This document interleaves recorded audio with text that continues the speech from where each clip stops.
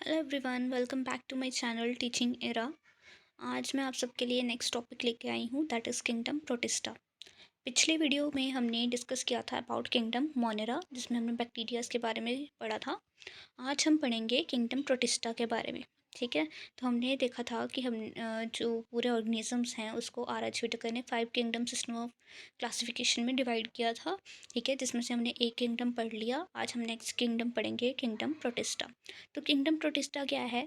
जितने भी single celled eukaryotes हैं, मतलब सिंगल सेल्ड यूकैरियोटिक ऑर्गेनिज्म है।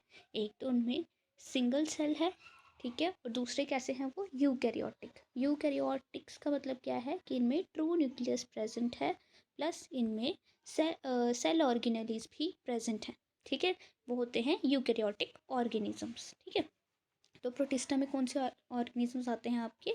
Single celled eukaryotes. ठीक है, लेकिन इसमें कुछ ऑर्गेनिज्म जो हैं वो ऐसे हैं कि उनको देख के ऐसा लगता है कि वो प्लांट की तरह लगते हैं। तो इसीलिए जो कुछ बायोलॉजिस्ट जो हैं उन ऑर्गेनिजम्स को, या इनमें से किंगडम प्रोटिस्टा के कुछ ऑर्गेनिजम्स को क्या कंसीडर कर लेते हैं? एज प्लांट कंसीडर कर लेते हैं। ठीक है, तो ये इनकी बाउंड्रीज जो हैं वो डिफाइंड नहीं है। ठीक है, इनमें जो ऑर्गेनिजम्स आते हैं वो फोटोसिंथेटिक भी होते हैं। ठीक है, वो सैप्रोफिटिक भी होते हैं। ठीक है, लेकिन कई कुछ फोटोसिंथेटिक प्रोटिस्टेंट्स को देख के ऐसा लगता है कि वो प्लांट की तरह है, तो कुछ बायोलॉजिस्ट क्या करते हैं, उनको प्लांट किंगडम में डाल देते हैं। ठीक है, नेक्स्ट, अब किंगडम प्रोटिस्टा में कौन कौन से ग्रुप्स आते हैं? That is chrysophytes, dinoflagellates, euglenoids, slime moulds and protozoans. ठीक है, ये सारे जो ग्रुप्स हैं ये किस में आते हैं? किंगडम प्रोटिस्टा में आते हैं। जो किंगडम प्रोटिस्टा के ऑर्गेनिज्म हैं ज़्यादातर ये कैसे होते हैं? एक्वेटिक होते हैं, पानी में रहते हैं। ठीक है, पानी में हमें इनकी हैबिटेट मिलेगी।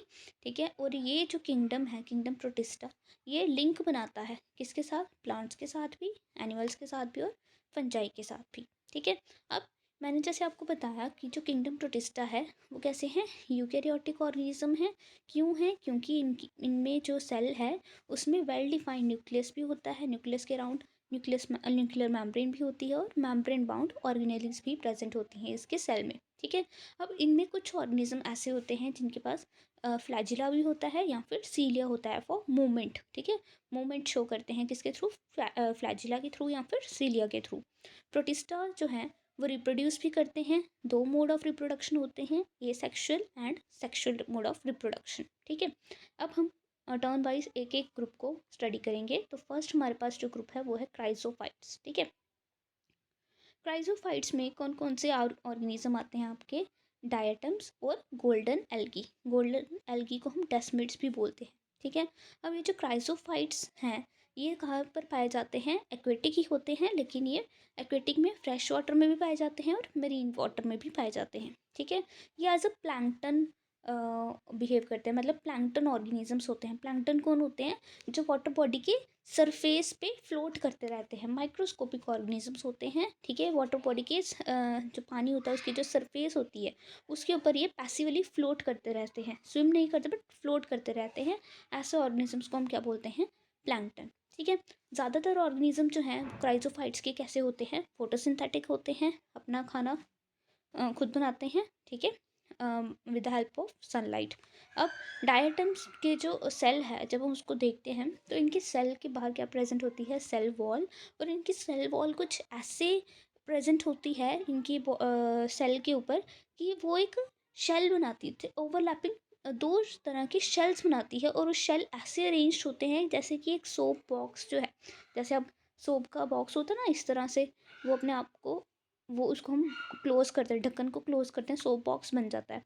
तो वैसे ही इस तरह इसके जो है वो सेल वॉल जो है वो कैसे बनाती है? दो शेल्स बनाती है जो आपस में वो ऐसा लगता है जुड़े हुए हैं, ये देखो इस तरह के। ठीक है, नेक्स्ट, अब जो इसमें जो सेल वॉल है उसके ऊपर क्या प्रेजेंट होता है? सीलिया की लेयर प्रेजेंट होती है जो इसको बहुत ही हार्ड सब्सटेंस बना देती है। ठीक है। अब जब इन डायटम्स की डेथ हुई थी, बहुत सारे डायटम्स जो है वो इनकी डेथ हो जाती है, ये इकट्ठे की लैंड मास पे रह जाते हैं, तो इनकी सेल वॉल जो है वो क्या बना देती है, बहुत सारे डायटम्स की सेल वॉल मिलके डिपॉजिट्स बना देती हैं, ठीक है, जम जाती है किसी हैबिटेट में।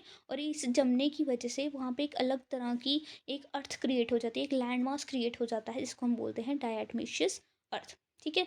अब जब हम इसकी ये जो सेल वॉल है इसमें सिलिका प्रेजेंट है, और आपको पता है जो हमारी सॉइल है उसमें भी सिलिका प्रेजेंट है, ठीक है। तो जो ये जो इनकी सेल वॉल है, ये जब सेल ऑर्गेनिजम्स की डेथ हो जाती है, इनकी सेल वॉल डिपॉजिट होना शुरू हो जाती है अर्थ के ऊपर, तो ये कैसी होती है, इनका नेचर कैसा होता है, ग्रिटी होती है, जैसे सैंडी होती है ना, सैंडी स्ट्रक्चर, वैसे ही इनकी रेतीला रेतीला, ठीक है, वैसे ही इनके जो सेल वॉल डिपॉजिट्स होते हैं वो कैसे होते हैं, ग्रिटी होते हैं, जो हम किस लिए यूज़ करते हैं, फिर इनको एक कमलेशन को उठा के हम किसके लिए यूज़ करते हैं, पॉलिशिंग के लिए यूज़ करते हैं, ठीक है। जब हमने ऑयल्स को फिल्टर करना होता है या सिरप्स बनाने होते हैं, उनके लिए हम इनकी सेल वॉल डिपॉजिट्स को हम यूज़ करते हैं, ठीक है। अब जो डायटम्स होते हैं ये चीफ प्रोड्यूसर्स होते हैं ओशंस में, क्योंकि मैंने आपको क्या बताया कि ये जो क्राइजोफाइट्स होते हैं ये जनरली क्या होते हैं, प्लैंक्टन्स होते हैं, ठीक है, और फोटोसिंथेटिक होते हैं। तो ये क्या करते हैं, वाटर बॉडी की सरफेस पे फ्लोट करते हैं और फोटोसिंथेटिक होते हैं, अपना खाना खुद बनाते हैं, तो ये प्रोड्यूसर का काम करते हैं, ठीक है।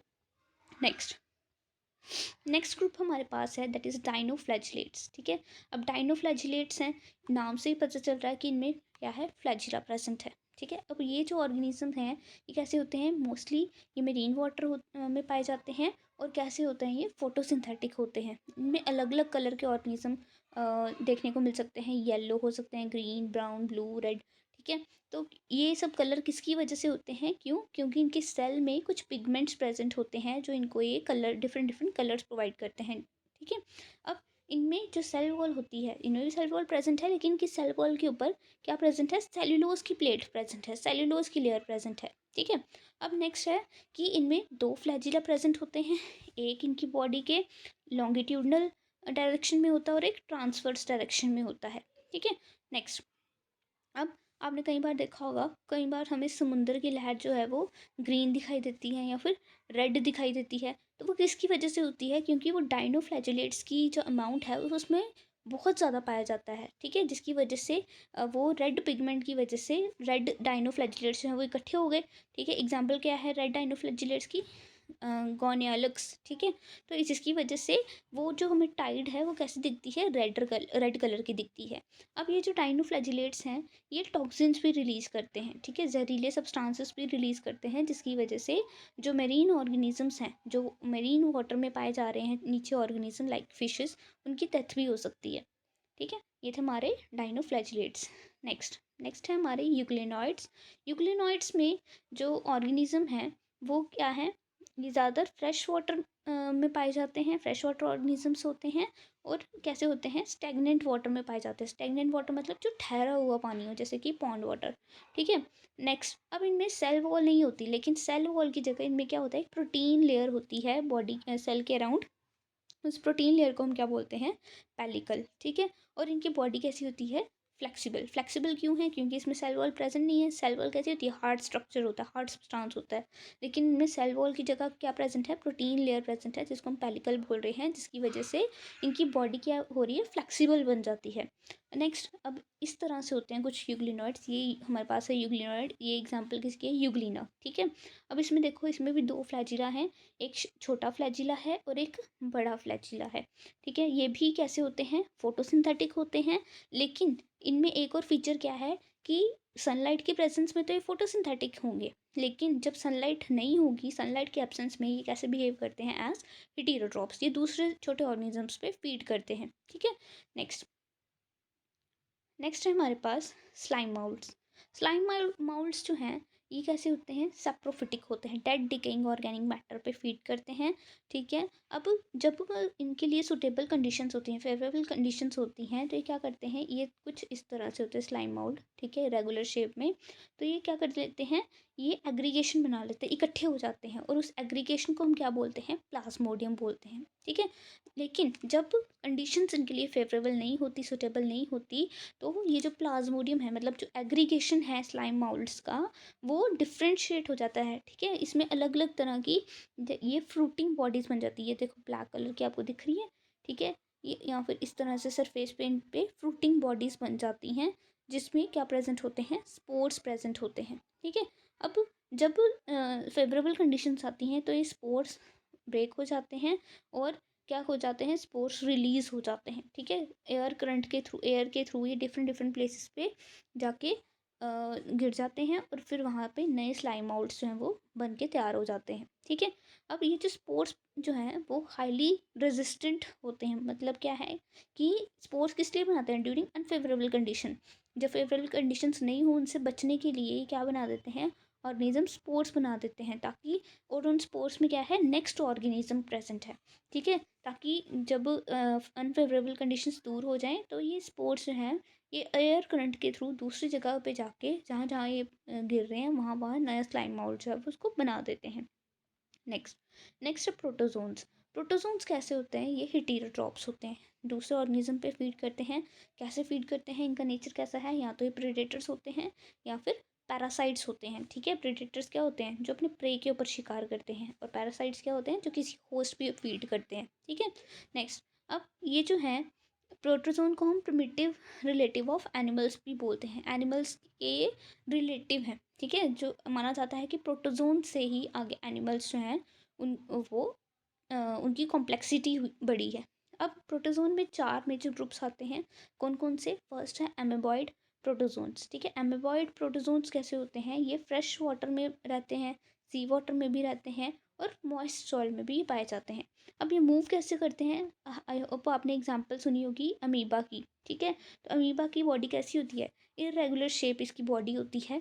ठीक है, कोई प्रॉपर शेप नहीं होती। अब ये मूव कैसे करते हैं, ये अपनी बॉडी के जो है उसके बॉडी में क्या क्या बनाते हैं, इनमें सेल वॉल एब्सेंट है। ठीक है, अब ये क्या करते हैं, अपनी बॉडी ये क्या बनाते हैं, सूडोपोडिया बनाते हैं, बॉडी सेल मेम्ब्रेन को एक्सटेंड कर करके ये क्या बनाते हैं, फॉल्स फीट बनाते हैं, जिसको हम बोलते हैं सूडोपोडिया। इसके थ्रू ये मूव भी करते हैं, और प्रे को कैप्चर भी करते हैं, अपना खाना भी लेते हैं। ठीक है, नेक्स्ट, जो मेरीन फॉर्म्स होती हैं, मेरीन ये होते हैं, एमीबॉइड्स होते हैं, इनमें क्या होता है, सिलिका शेल प्रेजेंट होता है, इनके सरफेस पे सिलिका की लेयर होती है। ठीक है, अब एग्जाम्पल क्या है, एंटमीबा। ठीक है, जो क्या है, पैरासाइट्स। नेक्स्ट है फ्लैजिलेटेड प्रोटोजोन। फ्लैजिलेटेड प्रोटोजोन्स क्या होते हैं, जिनमें फ्लैजिला प्रेजेंट होगा। अब ये जो फ्लैजिलेटेड प्रोटोजोन्स होते हैं, ये फ्री लिविंग भी हो सकते हैं और पैरासिटिक भी हो सकते हैं। ठीक है, फ्लैजिला प्रेजेंट होता है इनमें। अब पैरासिटिक फॉर्म की एग्जांपल क्या है, ट्रिपैनोसोमा। ठीक है, ये क्या करता है, ह्यूमन बींग्स में डिजीज कॉज करता है, कौन सी, sleeping sickness. Next is ciliated protozoan. Ciliated protozoans का मतलब क्या है, ऐसे प्रोटोजोन जिनके ऊपर सीलिया प्रेजेंट है, जिनकी बॉडी पे सीलिया प्रेजेंट है। ठीक है, जो फ्लैजिला होता है वो लंबा होता है। ठीक है, जो सीलिया होते हैं वो छोटे छोटे हेयर लाइक स्ट्रक्चर्स होते हैं। ठीक है, दोनों मूवमेंट के काम आते हैं। नेक्स्ट, सिलिएटेड प्रोटोजोन जो हैं ये कैसे होते हैं, एक्वेटिक होते हैं। ठीक है, और ये मूव कर सकते हैं। ठीक है, सीलिया प्रेजेंट है इनके ऊपर, मूव कर सकते हैं। ठीक है, नेक्स्ट, इनमें क्या होता है, इन प्रोटोजोन की जो सेल होता है उसमें एक कैविटी प्रेजेंट होती है। ठीक है, उसमें क्या प्रेजेंट होती है, एक कैविटी प्रेजेंट होती है, जिसको हम क्या बोलते हैं, गलेट। ठीक है, जिसके थ्रू जो सेल है वो बाहर की तरफ ओपन होता है।